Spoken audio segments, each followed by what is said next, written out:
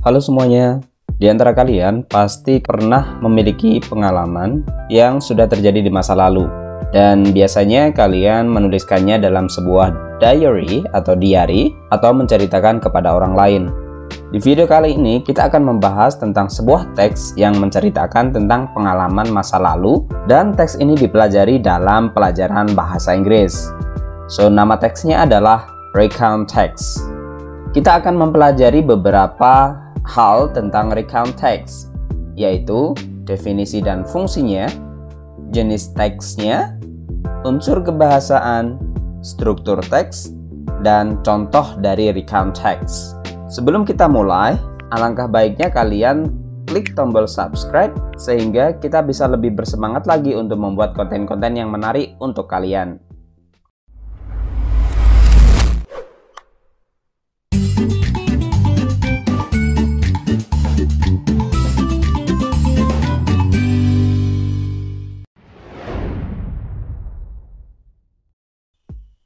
So, what is recount text and what is its functions? Apa itu recount text dan apa itu fungsinya? Oke, untuk definisinya yaitu it is a text that tells the reader about past experiences or events. Yaitu teks yang menceritakan kepada pembacanya atau pendengarnya tentang pengalaman-pengalaman masa lalu atau kejadian-kejadian masa lalu. Dan pengalaman ini atau kejadian ini sifatnya adalah kejadian nyata ya, mungkin dari pengalaman sang penulis sendiri. Kemudian tujuannya yang pertama yaitu to tell and share experiences in which the writer was involved, yaitu untuk menceritakan dan berbagi pengalaman di mana sang penulis itu diikutsertakan. Untuk tujuan yang pertama ini biasanya berhubungan dengan pengalaman pribadi sang penulis. Ya, ini nanti akan berhubungan dengan jenis recount text yang menceritakan tentang pengalaman pribadi. Kemudian yang kedua yaitu to inform the readers by telling past event historically and achievement and contributions of a person, yaitu untuk menginformasikan pembaca dengan menceritakan kejadian-kejadian di masa lampau secara history atau semacam sejarah dan prestasi serta kontribusi dari seseorang. Nah, ini berhubungan dengan cerita-cerita sejarah yang pernah terjadi yang biasanya kalian pelajari di mata pelajaran sejarah. Itu bisa kita katakan sebagai recount text. Sedangkan achievement and contributions of a person itu biasanya menceritakan tentang biografi seseorang. So, jenis recount text. Yang pertama yaitu personal recount. Tadi sudah saya sebutkan, personal recount itu membahas tentang pengalaman pribadi seseorang atau penulis. Kemudian yang kedua adalah biography. Biography yaitu riwayat hidup seseorang atau tokoh. Itu namanya biography.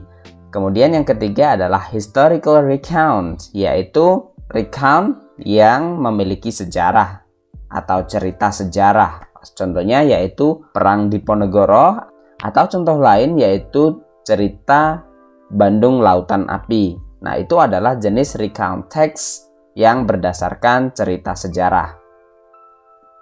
Sekarang kita ke generic structure. Apa itu generic structure? Generic structure adalah struktur teks yang akan kita pakai saat kita menuliskan recount text. Yang pertama adalah orientation. Ya, orientations. Di orientation ini, penulis memberikan sebuah pengenalan berupa informasi mengenai siapa, di mana, kapan peristiwa atau kejadian itu terjadi di masa lalu. Di sini ditekankan kata siapa sebagai tokoh dalam ceritanya, kemudian di mana itu adalah tempatnya, kapan itu adalah waktunya. Mari kita lihat contohnya. Last weekend, Eko, Budi, and I visited an abandoned house to find Budi's cat. It is near my house, but I never came in to see what is inside. Ini adalah orientations. Di sini sudah dijelaskan ada kata last weekend sebagai keterangan waktunya kapan peristiwa ini terjadi. kemudian tokohnya yaitu Eko, Budi, and I, dan tempatnya adalah an abandoned house near my house, yaitu rumah yang ditinggalkan atau terlantar di dekat rumah saya. Ini adalah orientation. Kemudian yang kedua yaitu events, kejadian-kejadiannya. Nah, penulis dapat menyampaikan atau mengisahkan kejadian atau peristiwa yang terjadi. Ada urutan kejadian yang digunakan dalam cerita. Tandanya menggunakan kata seperti at first, then, after that, dan sebagainya. Yang ketiga yaitu reorientations.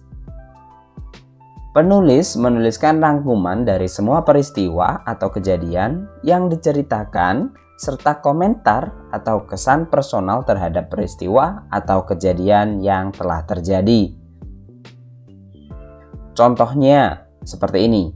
We finally went out from the house and decided to go home. Nah, ini adalah reorientations. It was a horrible experience in my life. Dan ini merupakan komentar atau kesan personal dari penulis sendiri ya. It was a horrible experience in my life. Itu adalah pengalaman yang menyeramkan dalam hidup saya. Kemudian, from now on, I'm not going to come into that house anymore. Mulai dari sekarang, saya tidak akan lagi masuk ke dalam rumah itu lagi. Kita menuju ke language features, yaitu unsur-unsur kebahasaan yang ada di dalam recount text. Yang pertama yaitu menggunakan simple past tense. Ya, recount text menggunakan simple past tense karena nanti di dalam recount text akan menceritakan kejadian-kejadian yang sudah terjadi di masa lampau. Kata kerja yang digunakan berbentuk verb 2 atau past verb. Jadi contohnya adalah we finally went out from the house and decided to go home. Nah, ada kata kerja went out. When itu dari kata kerja go. Bentuk kedua dari kata kerja go. Go out, jadi went out. Sedangkan decided itu bentuk kedua dari kata kerja decide. Contoh yang kedua adalah it was a horrible experience in my life.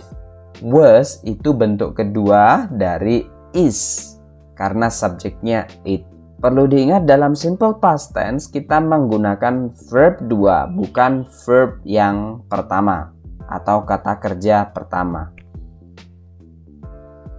Yang kedua adanya action verbs, yaitu kata kerja yang menunjukkan action atau tindakan yang sudah berbentuk verb 2. Contohnya ada kata spend, dari kata spend yang artinya menghabiskan, went dari kata go yang artinya pergi, brought dari kata bring yang artinya membawa, took berasal dari kata kerja take yang artinya mengambil, visited dari kata kerja visit yang artinya mengunjungi, dan lain sebagainya. Yang ketiga yaitu menggunakan adverbs atau adverbial phrase, yaitu kata keterangan berupa kata keterangan waktu, tempat, atau keterangan cara. Contohnya untuk waktu di sini ada kata last holiday. Nah, ini merupakan frase ya, frase kata keterangan karena ada dua kata dia fungsinya jadi satu, sebuah frase. Last holiday, 2 weeks ago, yesterday. Sedangkan untuk place-nya itu ada in Malang, in abandoned house, di Malang, di rumah yang ditinggalkan. Untuk caranya mungkin by bus atau quietly ya, secara diam-diam atau dengan bus. Yang keempat, menggunakan chronological connections, yaitu kata yang digugakan untuk menghubungkan kalimat secara berurutan sesuai dengan kronologi kejadiannya. Contohnya, ada kata at first, then, after that, finally, dan sebagainya. Nah, ini ada contoh dari recount text dengan judul A Trip to the Zoo. Yesterday, my family went to the zoo to see the elephant and other animal. When we got to the zoo, we went to the shop to buy some food to give to the animals. After getting the food, we went to the nocturnal house where we saw birds and reptiles which only come out at night. Before lunch, we went for a ride on the elephant. It was a thrill to ride it. Dad nearly fell off when he let go of the rope. During lunch, we fed some birds in the park. In the afternoon, we saw the animals being fed. When we returned home, we were tired but happy because we had so much fun. Dari contoh teks ini, kita bisa melihat di paragraf pertama itu adalah orientation-nya. Di situ diperkenalkan kapan terjadinya cerita ini, kemudian siapa saja tokohnya, dan di mana tempat kejadiannya. Yesterday adalah waktunya, my family tokohnya, dan zoo itu adalah tempatnya. Di paragraf kedua dan ketiga itu adalah eventnya, kejadian-kejadiannya. Dan di paragraf terakhir, ketika kita pulang ke rumah, kita sangat capek tetapi bahagia karena kita mendapatkan banyak sekali kesenangan. Nah, ini adalah reorientations, yaitu menjelaskan tentang akhir dari sebuah cerita dan kesan dari penulis sendiri. Kesan yang disampaikan oleh penulis di sini yaitu dia merasa capek tetapi sangat bahagia. Itu adalah kesan yang ingin disampaikan oleh sang penulis. Recount text tidak melulu tentang kisah bahagia yang dituliskan oleh penulis, biasanya kisah-kisah sedih atau horor yang pernah terjadi dalam kehidupan penulis. Nah, jika kalian sering menuliskan pengalaman pribadi kalian dalam sebuah diary, maka kalian sudah membuat recount text selama ini. Jadi dalam contoh recount text ini juga kita temukan beberapa kata kerja yang ditulis dalam bentuk kata kerja kedua. Mari kita lihat di paragraf yang pertama. Ada kata went dari kata go, kemudian got dari kata get, dan seterusnya. Demikian video tentang recount text. Saya berharap video ini bermanfaat dan membantu kalian dalam belajar bahasa Inggris. I'll see you again in the next video. Bye-bye.